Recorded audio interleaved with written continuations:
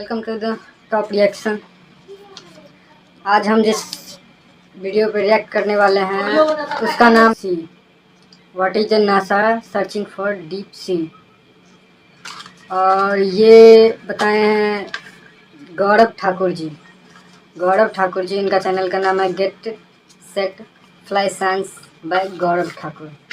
तो चलिए देखते हैं। समुद्र की सतह से 10 किलोमीटर नीचे गहरे पानी में ऐसा कौन सा राज मौजूद है जिसे नासा डेस्परेटली खोज निकालना चाहता है। बहुत कम लोग ये बात जानते हैं कि फ्लोरिडा के तट से थोड़ी ही दूर समुद्र की 20 मीटर की गहराई में दुनिया का इकलौता अंडर वाटर लैब बसा हुआ है जिसका नाम है एक्वेरियस रीफ बेस। यहाँ पर हर साल नासा के 5 से 6 रिसर्चर्स और एस्ट्रोनॉट्स कई हफ्तों के लिए भेजे जाते हैं एक खास किस्म के प्रोजेक्ट के खातिर जिसका नाम है प्रोजेक्ट नीमो, यानी कि NASA's extreme environment mission operations. इन नासा साइंटिस्टों को स्पेसिफिकली बोला जाता है एक्वेनॉट्स। सिर्फ यही नहीं, नासा की एक ऑटोनोमस अंडर वाटर व्हीकल है जिसका नाम है ऑर्फियस। ये समुद्र के 10 किलोमीटर अंदर डीप डाइव करके वहां पर आज रिसर्च कर रही है। बट नासा जैसी एक स्पेस एजेंसी का आखिर समुद्र की गहराइयों में क्या काम है भाई? आफ्टर ऑल अमेरिका के पास ओशन रिसर्च करने के लिए तो अलग से एक बड़ी ऑर्गेनाइजेशन है ही, NOAA, National Oceanic and Atmospheric Administration. So क्या नासा को समुद्र के नीचे किसी एलियन लाइफ फॉर्म होने के सबूत मिले हैं क्या? या फिर पृथ्वी पर कोई बड़ी दुर्घटना घटने वाली है जिसका एहसास नासा साइंटिस्टों को पहले से ही हो चुका है? एक फेमस जियोफिजिसिस्ट एडवर्ड बुलर्ड ने एक बार एक बहुत ही इंटरेस्टिंग बात बोली थी। पृथ्वी का 2/3 हिस्सा महासागरों के पानी से भरा हुआ है, लेकिन आज भी हम चांद और मार्स की सतह के एक एक नक्शे और उसके वातावरण के बारे में हमारे समुद्रों से ज्यादा जानते हैं, which basically means समुद्र के तल तक पहुंचना और वहां पर जाके रिसर्च करना इतना डिफिकल्ट है। और ये जानते हुए भी नासा ने अपने इस यूनिक समुद्री मिशन के लिए अपने ऊपर अगले 2 महीनों का डेडलाइन रख दिया है। सो ऐसा क्या होने वाला है जिस वजह से 2 महीनों का डेडलाइन नासा वालों को रखना पड़ गया? चलिए समझते हैं क्या एग्जैक्टली चल रहा है नासा साइंटिस्टों के दिमाग में और क्या हमें इस बात की टेंशन लेनी चाहिए। देखो, आज ही के दौर में नासा एक बहुत ही खतरनाक मिशन प्लान कर रहा है। एक ऐसा मिशन जिसके लिए मैं पर्सनली 6 सालों से वेट कर रहा था। ये देख रहे हो, पानी में रहने वाले सभी जानवरों की स्पीशीज में से 90% ऑर्गेनिजम्स सब इस सनलाइट जोन में रहते हैं। पता है ऐसा क्यों है? इतने बड़े ओशन में से इतना छोटा सा हिस्सा सबसे ज्यादा पॉपुलेटेड क्यों है? वेल, इसका मेन रीजन ये है कि जैसे जैसे आप पानी की गहराई में जाते चले जाते हो, प्रेशर उतना ज्यादा बढ़ने लगता है। हर 10 मीटर गहरा जाने पर वाटर प्रेशर 1 एटमॉस्फेयर से बढ़ता है। 1 एटमॉस्फेरिक प्रेशर यानी कि जो प्रेशर हमारा बॉडी नॉर्मली जमीन में फील करता है, या कह सकते हैं पृथ्वी के एटमॉस्फेयर में फील करता है। आपको याद है वो टाइटन सबमर्सिबल का किस्सा? वो सबमरीन सी लेवल से 3.5 किलोमीटर अंदर थी जब वो इम्प्लोड हो गई थी, और अंदर बैठे लोग 1 मिली सेकेंड के अंदर ही पूरी तरीके से लिटरली वेपराइज हो गए थे, एकदम इंस्टेंटली। उन्हें दर्द भी महसूस नहीं हुआ होगा क्योंकि ब्रेन को ही पेन सेंसेशन फील करने के लिए कम से कम 25 मिली सेकेंड्स का समय लग जाता है। इससे पहले कि वो लोग कुछ महसूस भी कर पाते, सब कुछ एक झटके में ही नष्ट हो गया। मगर जिस गहराई में टाइटन इम्प्लोड हुआ था, उससे भी और 3 गुना ज्यादा नीचे नासा जा रही है, क्योंकि नासा बहुत ही जल्द एक बड़े लेवल का एलियन एक्सप्लोरेशन मिशन प्लान कर रही है, वो भी हमारे ही सोलर सिस्टम के एक ऐसे स्पेस ऑब्जेक्ट में जहां पर हमें एलियन लाइफ मौजूद होने के संकेत मिले। बस वहां पर जाकर हमें कंफर्म करके आना है। अब वो कौन सा मिशन है और हमारे ही सोलर सिस्टम में एग्जैक्टली नासा एलियंस को कहां पे ढूंढने वाली है, क्या आपको ये चीज पता है? वेल, इसके बारे में हम कुछ ही देर में जानेंगे, लेकिन इससे पहले फर्स्ट थिंग्स फर्स्ट, समझते हैं कि एक एलियन मिशन का पृथ्वी के गहरे समुद्र से क्या लेना देना हो सकता है। वेल, आपको तो पता ही है कि पृथ्वी में लाइफ की शुरुआत गहरे समुद्र में ही हुई थी, और यही फैक्ट नासा के लिए एक बड़ा प्रूफ ऑफ कॉन्सेप्ट है। दरअसल नासा साइंटिस्ट के अनुसार देयर आर 3 बेसिक क्राइटेरियाज जिससे हम जैसी लाइफ का जन्म होता है किसी भी एनवायरनमेंट में। Number 1 water, number 2 energy, number 3 chemistry. हम कितने भी विकसित और इंटेलिजेंट बीइंग्स क्यों ना बन जाए, लेकिन अंत में हम सब नॉन लिविंग एटम से ही तो बने, और हम सब पर भी वही laws and forces of nature applicable है। कुछ ऐसे स्पेसिफिक एलिमेंट्स है जो लाइफ को जन्म देने के लिए बिल्कुल जरूरी है, जैसे carbon, hydrogen oxygen, sulphur etcetera. और ये एलिमेंट्स जब एक दूसरे के साथ एक स्पेशल वे में कंबाइन होते हैं तो इनके इंटरैक्शंस, जिसे केमिस्ट्री कहते हैं, से लाइफ का जन्म होता है। अगर सारे एलिमेंट्स को साथ में रख देने से क्या ये अपने आप कंबाइन हो जाएंगे और लाइफ का जन्म हो जाएगा? वेल, इसे ऐसे समझो, अगर हमारे पास चाय पत्ती, चीनी और अदरक हो तो क्या इनको साथ में एक पतीले में रखने से चाय बन जाएगी? बिल्कुल भी नहीं, राइट? चाय बनने के लिए चाहिए एक मीडियम जो कि है वाटर, और फिर चाहिए एनर्जी इन्हें आपस में इंटरैक्ट कराने के लिए। जैसे हम गैस से डिराइव्ड हीट एनर्जी चाय में ट्रांसफर करते हैं और चाय बनता है।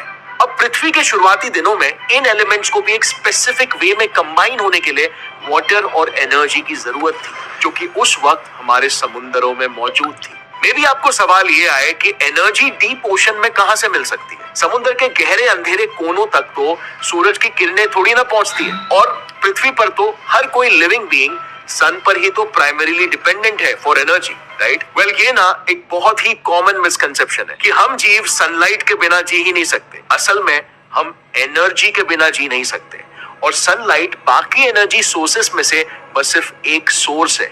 पृथ्वी पर लाइफ की शुरुआत सनलाइट से नहीं हुई थी, और इसीलिए नासा की दिलचस्पी ओशन के नीचे एक स्पेशल जोन में है जहां पर लाइफ पहली बार जन्म लिया था, द हेडल जोन। अब ये हेडल जोन क्या है और इसकी मदद से साइंस लाइफ के ओरिजिनेशन की गुत्थी को कैसे सॉल्व कर रहा है, ये समझने से पहले कर रहे थे कि आखिर क्यों साइंटिस्ट एकदम से हेडल जोन में इंटरेस्ट लेने लग गए। सो द हेडल जोन ना ओशन का सबसे नीचे वाला हिस्सा होता है जो समुद्री तल को टच करता है। कई जगहों पर ये 11 किलोमीटर की गहराई तक भी जाता है, और ये डेंजरस टेरेन से भरा हुआ है। यहाँ पर पाए जाते हैं हाइड्रोथर्मल वेंट्स। अब हाइड्रोथर्मल वेंट्स यानी कि बेसिकली अंडर वाटर वोल्केनोस, ये जब फटते हैं तब उबलता हुआ पानी और साथ में मिनरल्स और लावा स्टीम रिलीज होता है। ये अंडर वाटर गीजर्स या हॉट स्प्रिंग्स जैसे होते हैं। वेंट से रिलीज हुए पानी का टेम्परेचर अप्रोक्सीमेटली 400 डिग्री सेल्सियस तक हो जाता है, जो सॉलिड मेटल तक को पिघला सकता है। वंस अगेन, सन से नहीं, हमारे अर्थ के एक्सट्रीमली हॉट कोर में से आई एनर्जी ने पृथ्वी में लाइफ को जन्म दिया। इसी एनर्जी के वजह से सबसे पहले कॉम्प्लेक्स बायोमोलिक्यूल्स जैसे प्रोटीन्स, लिपिड्स, आरएनए एटसेट्रा बने, जिसने फिर फर्स्ट यूनिसेलुलर बैक्टीरियाज और वायरसेस को जन्म दिया, जो फिर लाखों करोड़ों सालों के म्यूटेशंस और एवोल्यूशन के बाद मल्टी सेलुलर प्लांट्स और एनिमल स्पीशीज में तब्दील हो गए। ऐसे शुरुआत हुई थी लाइफ की हमारे पृथ्वी पर, जिससे इंस्पायर होकर नासा दूसरे गोलों पर भी लाइफ ढूंढ रहा है। सो अब आता है अगला सवाल, आखिर वो कौन सा स्पेस ऑब्जेक्ट है जिस पर हमें बिल्कुल ऐसे ही सिमिलर कंडीशंस मिल सकते हैं? मर्क्यूरी सन के बहुत ही ज्यादा करीब है, वीनस बहुत ही ज्यादा एसिडिक है, मार्स को तो ऑलरेडी हम स्टडी कर ही रहे हैं, एंड सो फार वहां पर अब तक कहीं पर भी लिक्विड पानी नहीं मिला है। और उसके बाद वाले प्लैनेट्स वो तो सारे के सारे गैस जायंट्स हैं, उधर पानी क्या जमीन भी नहीं है। Well, you are right, gas giants तो बिल्कुल नहीं, लेकिन उनके मून्स तो सॉलिड है ना। उन्हीं मून्स में से एक है परफेक्ट कैंडिडेट, यूरोपा। ये जुपिटर का 4th लार्जेस्ट मून है, जहां पर नासा के डेटा के हिसाब से हमारे अर्थ के ओशंस जैसा ही सिमिलर सॉल्ट वाटर ओशन छुपा हुआ है। 1979 के वॉयेजर मिशन और 1989 में लॉन्च हुए गैलीलियो मिशन ने जब यूरोपा के क्लोजअप इमेजेस लिए और स्पेक्ट्रोस्कोपिक डेटा को स्टडी किया, तो ये पता चला कि वैसे तो यूरोपा का सरफेस पूरा सॉलिड आइस से कवर्ड है, लेकिन जुपिटर की स्ट्रॉन्ग ग्रेविटी की वजह से यूरोपा का सरफेस स्ट्रेच और स्क्वीज होता है। इसे कहते हैं टाइडल फ्लेक्सिंग। अब ये कांस्टेंट पुश एंड पुल की वजह से प्लैनेट का कोर एक्टिव है और इसमें मैसिव जियोथर्मल एनर्जी जनरेट होती है, जिसके कारण सरफेस के नीचे का वाटर लिक्विड स्टेट में ही बना रहता है। और उसके मैग्नेटिक फील्ड के सिग्नेचर्स से ये भी प्रूव हुआ कि वहां पर ग्लोबली सॉल्ट वाटर ओशन मौजूद है। और इंटरेस्टिंग बात पता है, साइंटिस्टों ने यह भी कैलकुलेट किया कि यूरोपा के ओशन में अर्थ से दुगुना पानी मौजूद है। And even as you know, Earth की ही तरह यूरोपा का भी कोर जियोथर्मल एनर्जी से भरा पड़ा है और इनके ओशंस का कॉम्पोजिशन भी बिल्कुल सिमिलर है। और इस वजह से यहाँ पर भी हाइड्रोथर्मल वेंट्स मिलने के चांसेस काफी ज्यादा हाई है। ऑल्टरनेट स्टडी में यह प्रूव हुआ कि यूरोपा के एनवायरनमेंट में और सरफेस कॉम्पोजिशन में वो फंडामेंटल एलिमेंट्स भी मौजूद है जो लाइफ की बायोकेमिस्ट्री को सपोर्ट कर सके, जैसे carbon, oxygen, hydrogen, sulphur etcetera. और इसी वजह से नासा यहाँ पर अपना स्पेस प्रोब भेज रहा है इसे और डिटेल में स्टडी करने के लिए और यहाँ पर एलियन लाइफ होने के प्रमाण ढूंढ के निकालने के। अब ये मिशन ना इतना अमेजिंग होने वाला है कि मैं पर्सनली, जैसे मैंने बताया, 6 सालों से इसका इंतजार कर रहा था। इसे नॉर्मल मिशन बिल्कुल मत समझना, सभी स्पेस एजेंसीज के लिए ये ग्रैंड इंस्पायरिंग मिशन होने वाला है। आपको बस सिर्फ इसका एक अंदाजा देने के लिए हमारे चंद्रयान 3 मिशन से इसे कंपेयर करते हैं, जो कि एक सक्सेसफुल और हाईली सेलिब्रेटेड मिशन था। उसमें मून तक पहुंचने के लिए हमारे रॉकेट ने अर्थ के 5 चक्कर लिए थे ताकि एक स्लिंग शॉट इफेक्ट के जरिए वहां तक जाने का मोमेंटम जुड़ सके। बट यूरोपा तक जाने के लिए नासा लिटरली, वो गेम हुआ करता था ना पिन बॉल करके, उसमें बॉल कैसे इधर उधर आसमान से गिरे, खजूर में अटके, खाके सब जगह के फटके, वही स्ट्रैटेजी इस्तेमाल करने वाला है। दिमाग फाड़ कैलकुलेशंस होने वाले। जुपिटर के मून यूरोपा का डिस्टेंस चंद्रयान 3 लूनर मिशन से ऑलमोस्ट 1600 गुना ज्यादा है। स्केल के लिए जस्ट इमेजिन करो कि मून आपकी बगल वाली बिल्डिंग में है, तो यूरोपा का डिस्टेंस अप्रोक्सीमेटली मुंबई से ऑल द वे दिल्ली तक का ट्रैवल होगा। और इस सफर में बड़े बड़े गैस जायंट्स की तगड़ी ग्रेविटी, उनके सैकड़ों मून्स का ग्रेविटेशनल इंटरफेरेंस, एस्ट्रॉइड बेल्ट जिसमें लाखों स्पेस ऑब्जेक्ट्स हैं, उनसे और उनकी ग्रेविटेशनल इन्फ्लुएंसेस से बचते हुए जाना, एंड नॉट टू फॉरगेट सन की ग्रेविटी और सोलर विंड्स। ये सुपर कॉम्प्लिकेटेड मिशन होने वाला है। बोलना क्या, आपको इसकी एक झलक ही दिखा देता हूँ। सो देखो, यूरोपा मिशन, बोलना क्या, आपको इसकी एक झलक ही दिखा देता हूँ। सो देखो, यूरोपा मिशन का फर्स्ट फेज है Europa clipper satellite. Expected timeline ये है कि यूरोपा क्लिपर बस 2 महीनों के अंदर अक्टूबर 2024 को अर्थ से लॉन्च होगा और फिर वो मार्स पहुंचकर उसका स्लिंग शॉट लेकर एक बूमरैंग जैसे अर्थ की तरफ वापस आएगा। फिर अर्थ का स्लिंग शॉट लेकर स्पीड पकड़ेगा जुपिटर की तरफ, जिस तरफ ये लिटरली एक पिंग पोंग की तरह शूट होके यूरोपा की ओर ट्रैवल करेगा। और ये तो बस शुरुआत है। अर्थ से निकल के यूरोपा तक पहुंचने के लिए करीब 7 साल की जर्नी कैलकुलेट की है साइंटिस्टों ने। और इमेजिन करो, इस पूरे टाइम फ्रेम में हर एक प्लैनेट और स्पेस बॉडी की प्रेजेंट पोजीशन और फ्यूचर पोजीशन को कैलकुलेट करना, एग्जैक्टली किस एंगल से स्पेसक्राफ्ट को लॉन्च करना है उसको कैलकुलेट करना, क्योंकि प्लैनेट्स और मून्स तो अपने अपने ऑर्बिट में घूम रहे हैं, तो हर एक पड़ाव पे किस डायरेक्शन में और कितने टाइम में पहुंचना है, ये सारी चीजों को नासा ने कैलकुलेट और प्रेडिक्ट करके अपने मिशन को प्रोग्राम किया। अब इस सैटेलाइट की यूरोपा मून में एंट्री तो और भी ज्यादा फिल्मी है।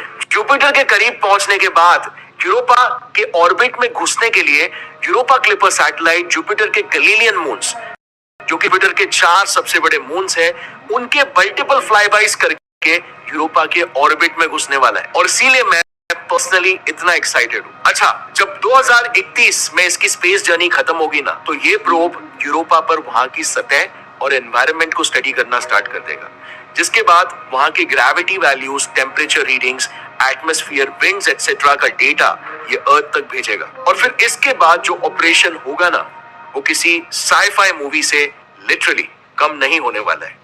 यूरोपा पर पहुंचने के कुछ ही दिनों बाद यूरोपा की सतह पर क्रायोबॉट्स, यानी कि बर्फ पेनिट्रेट करने वाले रोबोट्स भेजे जाएंगे, जो कि उसकी सतह की डिटेल जांच पड़ताल करेंगे। अभी के एस्टिमेट्स के हिसाब से यूरोपा पर मिनिमम 2 किलोमीटर से लेकर 20 किलोमीटर तक की मोटी बर्फ की परत हो सकती है, जिसे पेनिट्रेट करके प्रोब को नीचे गहरे पानी तक पहुंचना होगा, जिसे करने में सालों का वक्त लग सकता है। वो क्रायोबॉट बर्फ को न्यूक्लियर पावर से मेल्ट करते करते नीचे समुद्र की गहराई तक पहुंचेगा और अपने साथ 48 माइक्रो रोबोट्स लेकर जाएगा, जिसे नीचे डिप्लॉय किया जाएगा, जो कि फिर समुद्र की गहराई में अलग अलग जगह पर स्विम करके लाइफ की खोज करेंगे।